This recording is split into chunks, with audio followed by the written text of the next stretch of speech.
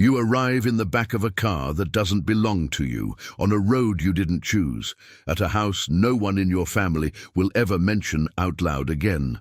And the first thing they take from you is not your suitcase or your name, but the simple idea that this pregnancy could ever belong to you. It is still dark enough outside that the street lamps are the only witnesses, a row of pale halos watching as you climb the steps with your coat pulled too tightly across a stomach that has made you a scandal. No one says the word home with warmth. They say it the way a doctor says procedure, like something unpleasant that must be endured for the greater good. A nun or a matron opens the door, her face carved into something between pity and impatience, and you are ushered into a hallway where the smell of carbolic, boiled vegetables and old damp hangs in the air like an accusation. The walls are bare but scrubbed, the tiles polished, the light too harsh for this hour. Somewhere upstairs a baby cries, then is quickly shushed into silence.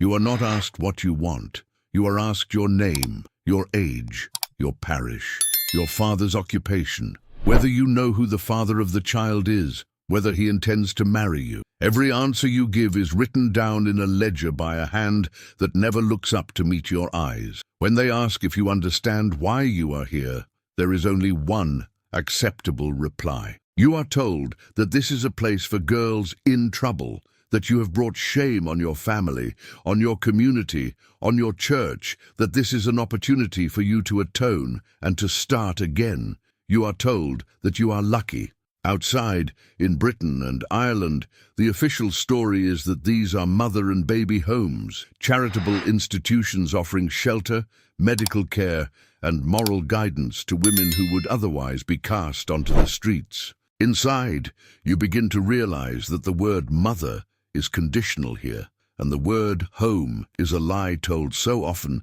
that even those who run the place have started to believe it. The system that delivered you to this doorstep did not begin tonight. It began years before you were born, in sermons that warned congregations about the dangers of loose morals, in laws that stamped illegitimate on birth certificates as if a child could be born already guilty, in whispered judgments over tea when someone's daughter got herself into trouble. It took root in a culture where a man's lapse could be laughed off over a pint, while a woman's body was treated as the fragile container of a family's honor, a parish's respectability, a nation's myth of itself as moral and upright. In that world, your pregnancy is not just a private matter. It is treated as a crack in the facade that must be plastered over as quickly as possible. Families, terrified of gossip, often become the first agents of the machine. A mother who cannot bear the thought of neighbors pointing at her house. A father whose pride is built on the idea that his daughters are good girls.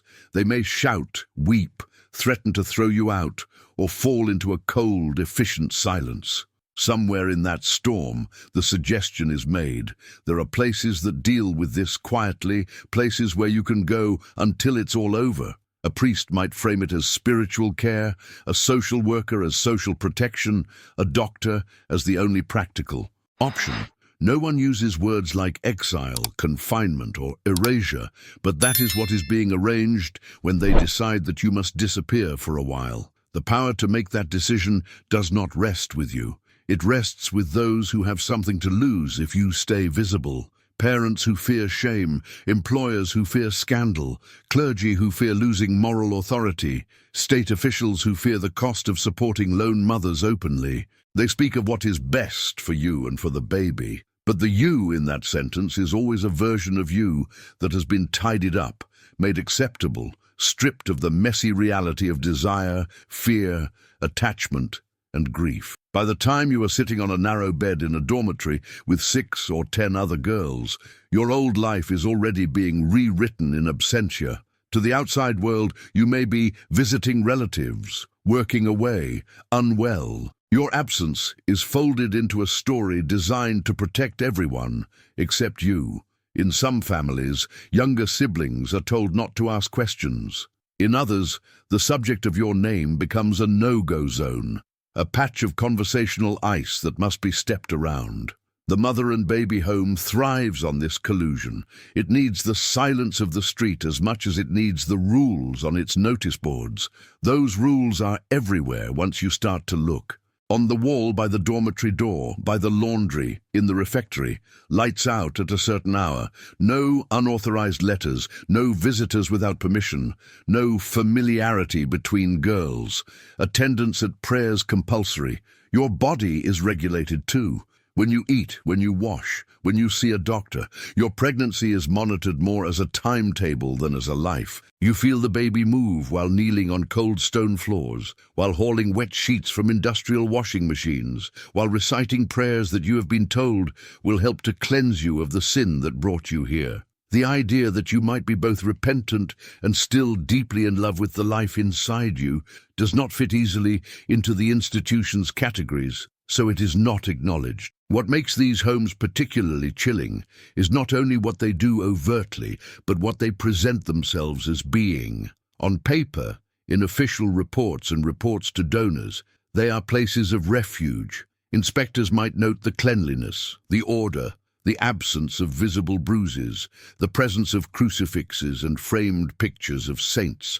They might remark on the discipline of the girls, the neatness of the dormitories, the adequacy of the food. They see a system functioning. They do not see the way shame has been weaponized to make you police your own thoughts, how quickly you have learnt to swallow your questions, how every piece of kindness you receive feels like something you must repay by being grateful and obedient. They certainly do not see the full shape of the machine that links this building to registry offices, adoption agencies, parish councils and government departments, all of them turning quietly in sync to ensure that when your baby is born, the path towards separation is as smooth as the polished banisters on the home's main staircase. In this way, mother and baby homes across Britain and Ireland became the physical heart of a belief system that preferred tidy records to untidy truths, surrender to support and the maintenance of reputation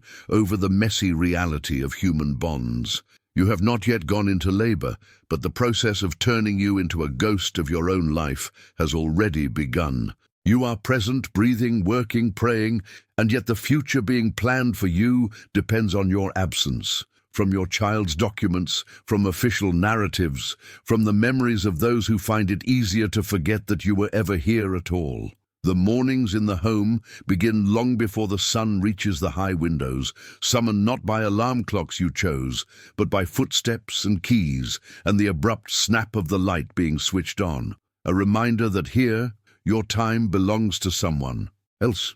You pull on the same coarse dress as everyone around you, a garment chosen precisely because it erases curves, color, and individuality, turning the dormitory into a row of almost interchangeable figures. Outside this room, your old clothes have vanished into some unseen cupboard or bin, like evidence removed from a crime scene. The first task is making the bed to regulation standard, tight corners, no creases, blankets aligned. It seems trivial until you realize that failure to meet this small demand can mean extra work, lost privileges, a black mark in a file. The message is clear. Nothing that belongs to you, not even the sheets you sleep on, is truly yours to leave imperfect. After a brief, silent breakfast broken only by the scrape of cutlery and the occasional cough, the day splits into units of labor and prayer. In many homes, the laundry is the center of gravity, a place where water, steam, and hard physical effort combine into something that the institution can charge others for. Bags of dirty linen arrive from hotels, hospitals, wealthy households, sometimes even from the priests and doctors who refer girls here. You and the others haul, soak, scrub, wring, feed sheets into industrial mangles, fold them until your arms tremble and your back screams in protest. The smell of soap binds itself to your skin so completely that even when you lie in bed at night, you can still taste it in the back of your throat. The work is framed as character building, as a way to keep you from idleness and sin, but it also serves a more practical purpose. It keeps the institution afloat financially. Your body, which brought you here in disgrace, is now an asset, a source of unpaid labor that helps to justify the home's existence in the eyes of funders and officials. When you are not in the laundry, you may be scrubbing floors until your knees ache, polishing banisters, peeling vegetables in a kitchen where you are forbidden from taking so much as a scrap of extra bread without permission. Pregnant or not, you are expected to keep pace. Rest is granted sparingly, often only when fainting or illness becomes impossible to ignore. Even then, there is a sense that your weakness is another failing to be corrected, rather than a sign that the demands placed on you are simply inhumane. The priests, nuns, or lay staff who supervise this regime often believe themselves to be doing necessary work, protecting society and the girls themselves from worse outcomes. Some show small kindnesses, a gentler tone during confession, a softened punishment when they see genuine distress, but they remain part of a structure that treats your suffering as either deserved or useful. Their pity, when it appears, does not translate into questioning the rules that strip you of choice. Instead, it becomes another layer of control, teaching you to be grateful when your sentence is only metaphorically extended rather than literally. The religious framework in particular adds a powerful moral pressure. You are told repeatedly that your pregnancy is the visible sign of an invisible sin, that your presence here is a consequence of turning away from God's plan. Prayers, hymns, and scripture readings are chosen to reinforce this narrative. Stories of forgiveness are held up as models, but always with the same underlying condition. True repentance requires obedience. If you question the fairness of being punished alone while the father of your child walks free, you are warned about bitterness. If you ask whether a loving God really demands the tearing apart of mother and child, you are told that his ways are mysterious, that your suffering has a purpose you may not understand now. In confession, you are invited to pour out your guilt, but not your anger. That emotion, the one that might give you the strength to resist, has no sanctioned outlet here. Not all girls respond in the same way. Some internalize the message completely, convinced that every ache and humiliation is part of their penance, that the only hope of a future lies in accepting whatever the home requires of them. Others retreat into silence, doing what they must, speaking when spoken to, letting their inner lives shrink to the space of a single hidden thought that no one can touch. A few push back openly, refusing orders, shouting, weeping in front of staff rather than behind closed doors. These girls are quickly singled out as troublemakers, given the hardest tasks, the strictest supervision, sometimes even transferred to harsher institutions. Their defiance becomes another warning to the rest about what happens when you do not cooperate with the machine. Letters are another point of control. If you are allowed to write home, your words may be censored, read before sending, sometimes rewritten or not sent at all if they are judged too emotional or too critical of the home. Incoming letters, when they arrive, can be delayed or withheld. A note from your mother might be handed to you weeks after it was posted, its reassurances undermined by the time that has passed. In more than a few cases, correspondence simply stops. Perhaps your family has been advised to move on.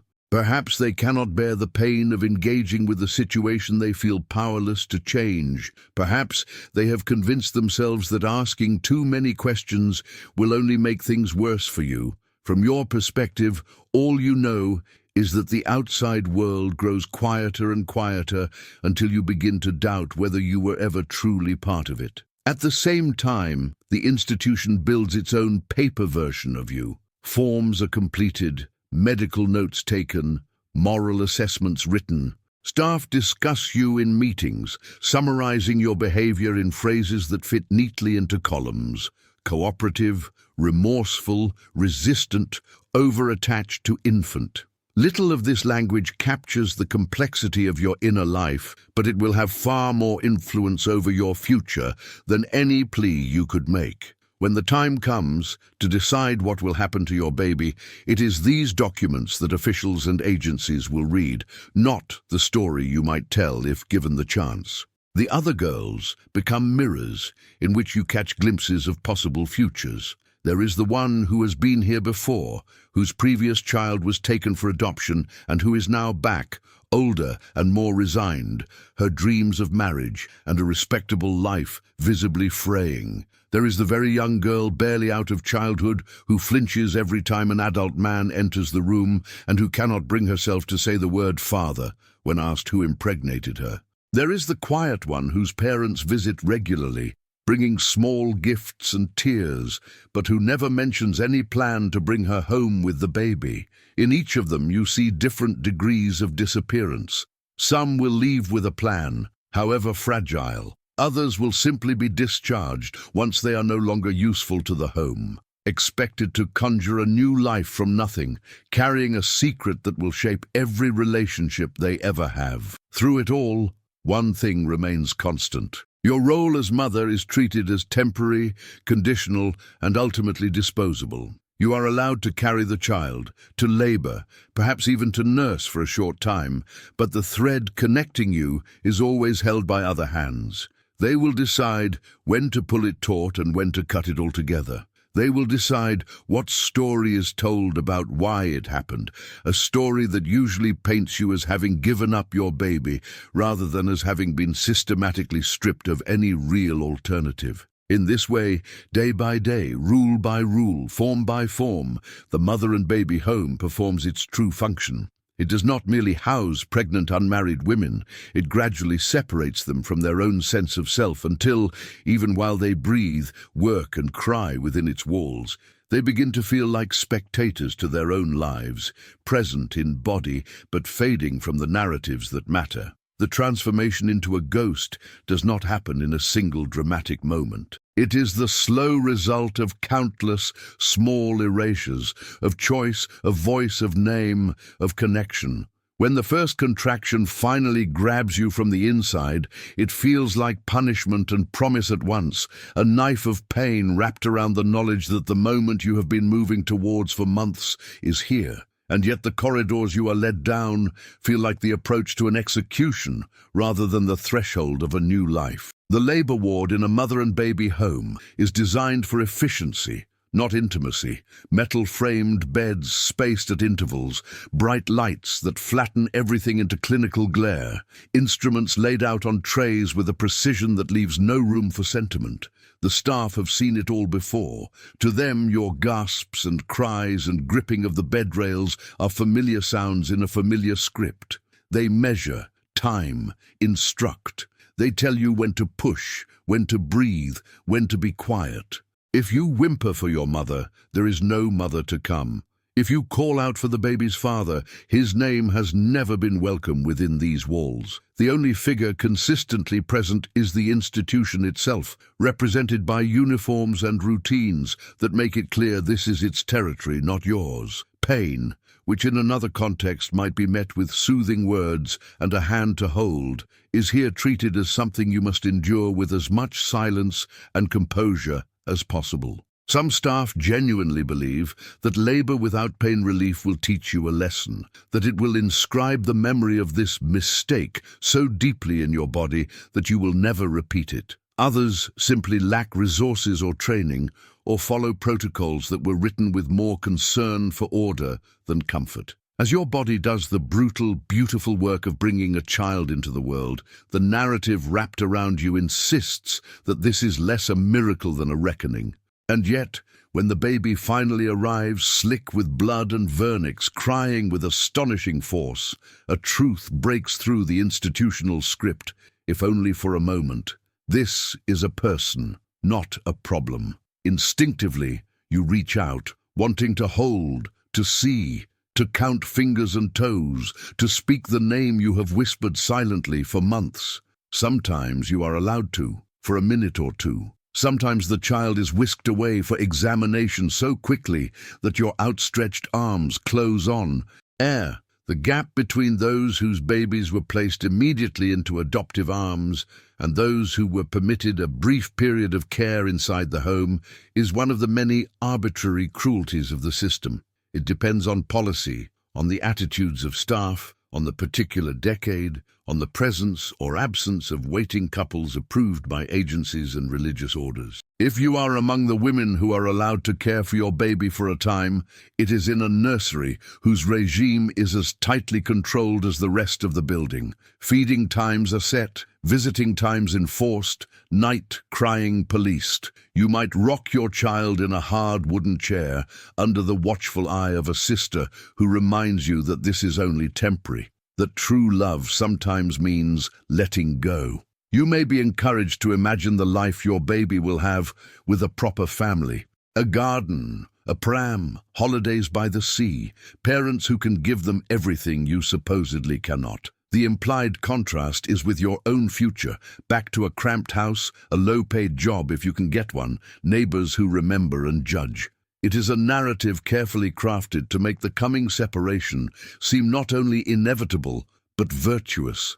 For the women whose babies are removed almost immediately, the shock is different, but no less devastating. Labor ends not with a beginning, but with a void. The bed feels absurdly large without the weight of a newborn on your chest. Your body, flooded with hormones designed to trigger bonding, aches to hold, feed, protect. Instead, you are told to rest, to be grateful that the child is being well looked after. You may glimpse tiny bundles being carried through corridors, hear distant cries at night that you cannot reach, smell the faint, sweet, sour scent of milk on someone else's uniform. Every sense conspires to remind you of a presence that the institution is already treating as an absence in your life. Signed consent forms are the legal hinge on which this transformation turns, and yet the conditions under which many of them were obtained bear little resemblance to genuine choice. Exhausted from labor, still bleeding, perhaps sedated, you are presented with documents in a language that might as well be another country for all the power you have to alter it. The phrases are familiar, freely given, in the child's best interests, no coercion. You are told where to sign, reassured that this is the right thing, sometimes warned that delaying could endanger the baby's chances of placement. Rarely are you given independent legal advice, time to recover, or the full range of alternatives. The ink of your name, or the name the home has chosen to use, becomes the justification for everything that follows, a neat signature used to tidy away the messy reality of what brought you to this point. Once the papers are in order, the administrative part of the machine moves swiftly. Arrangements are made with adoptive parents, often from more affluent backgrounds, married couples whose desire for a child is seen as morally superior to your desire to keep your own. In some cases, there is money involved, whether in the form of donations to the home or payments to agencies. In others, the transaction is framed purely as charity. Either way, the story told to those receiving the child is often very different from the story you would tell if anyone asked. They may be told that you did not want the baby, that you were unfit, that you insisted on anonymity. Your grief, your reluctance, your sense of being cornered into agreement rarely appears in the version of events that travels with the child. For you, the moment of final separation might come as a small, almost invisible event.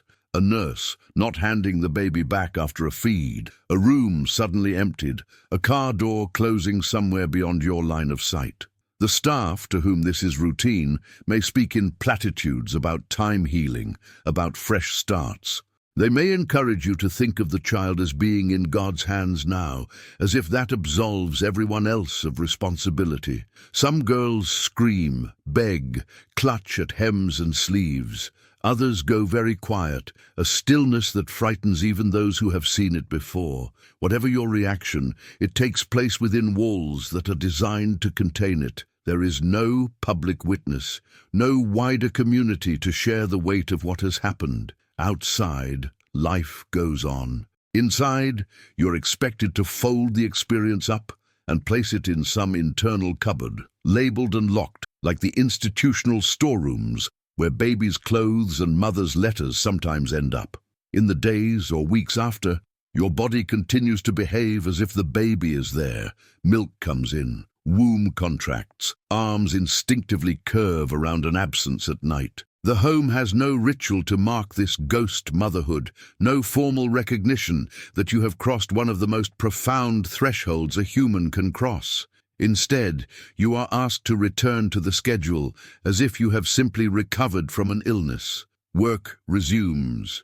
Prayers resume. The same rules apply, but you are not the same. Some girls are discharged quickly after the birth and adoption, sent back to families who may greet them with relief, resentment, awkwardness, or a strict pact of silence. Others remain to fill the labor needs of the institution, their usefulness extended now that they no longer carry exempting babies in their arms. In both scenarios, the expectation is that you will either rebuild yourself around the gap or learn to live with the crack running through your life, all without making too much noise about it. When you do eventually leave, it is often through the same back entrance by which you arrived, as if the building itself cannot admit what has passed through its rooms. There may be a brief admonition from a superior to behave yourself and make the most of this second chance. There may be a perfunctory blessing. There is rarely any meaningful follow-up. No structured counseling, no state support, no continuing recognition that you are not simply a girl who made a mistake and was corrected, but a mother who has been separated from her child by a system designed precisely to make that feel like the only possible outcome. As you step out into the world again, your legal status has not changed.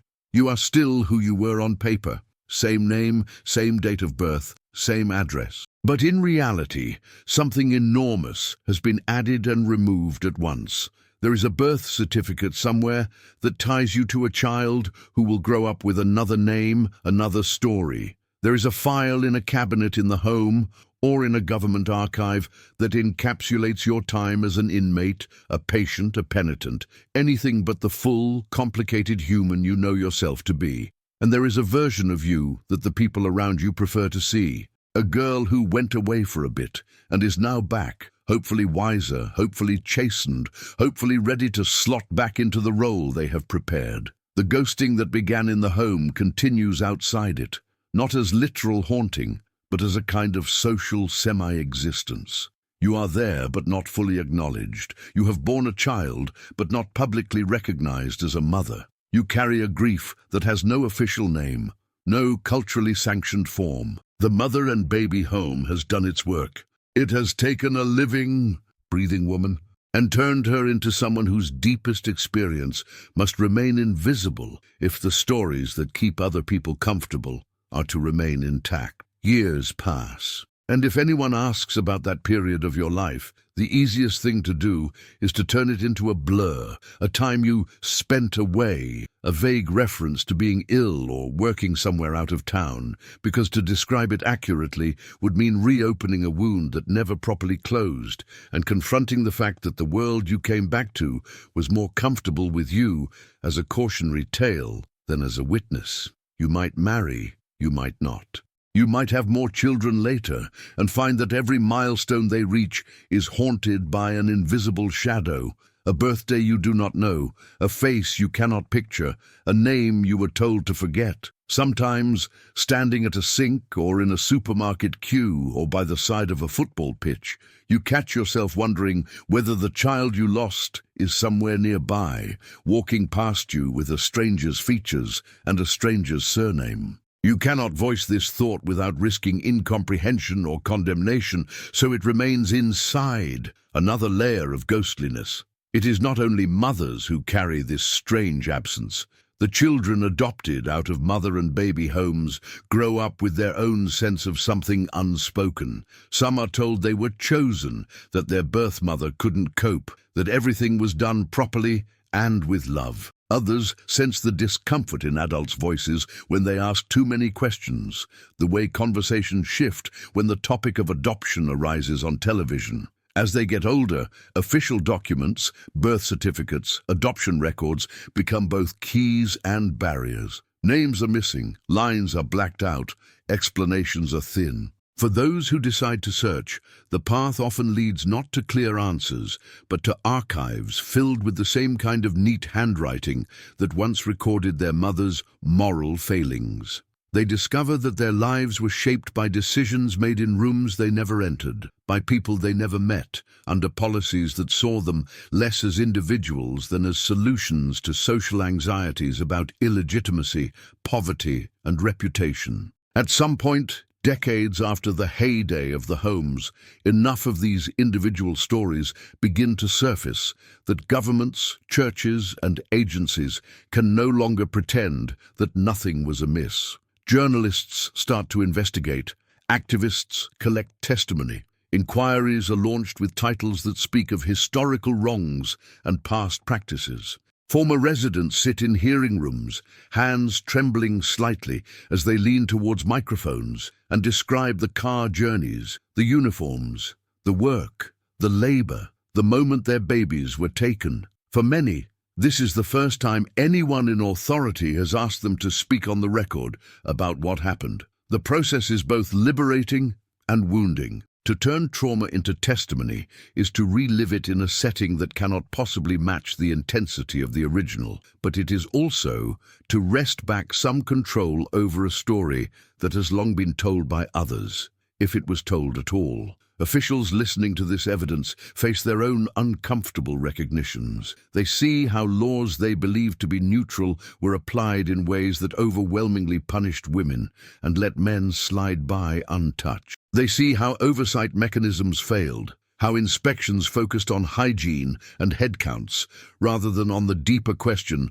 of whether consent in any meaningful sense existed in a building where every exit was moralized, monitored, or locked. They see how state and church often worked hand in glove, one providing the legal framework, the other the moral justification, both benefiting from a system that kept awkward pregnancies and inconvenient babies away from public view. Apologies are eventually made, sometimes from pulpits, sometimes from parliamentary benches. Words like shameful, unjust, and inexcusable appear in speeches and reports.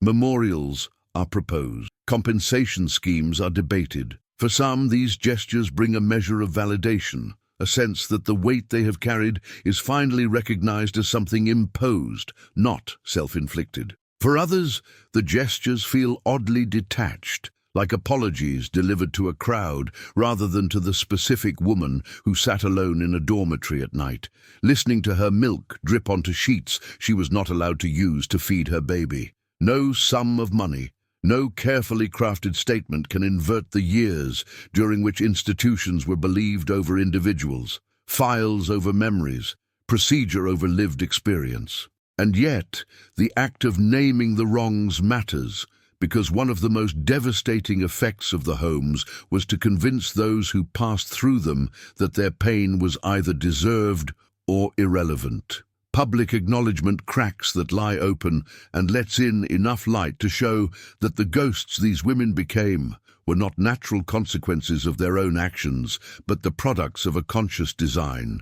Standing at a distance from the initial machinery, in a later generation, it can be tempting to reassure ourselves that such things could never happen again, that we are more enlightened now, that safeguards are stronger, that stigma has less power. But when you listen closely to the logic that allowed mother and baby homes to exist, unchallenged, for so long, it begins to sound uncomfortably familiar.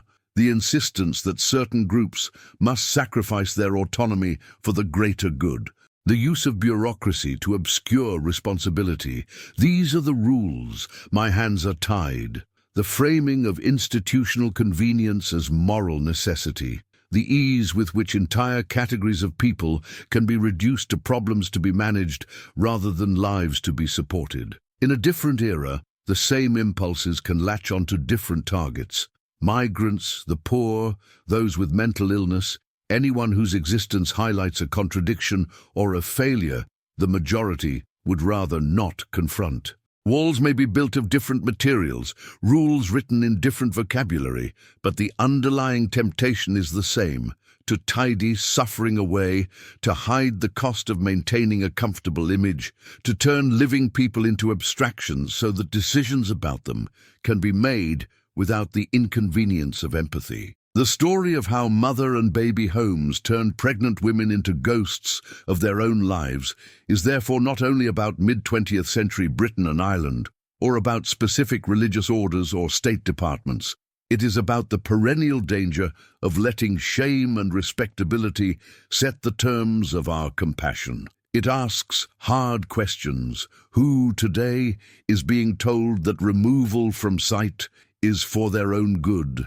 Whose signatures are being collected under conditions that make a mockery of the word choice? Which institutions are still praised for their care while quietly profiting from the unpaid labor or suppressed voices of those they claim to serve? To honor the women and children whose lives were funneled through those narrow doors is to refuse the comfort of thinking that the threat has passed simply because those particular buildings have closed.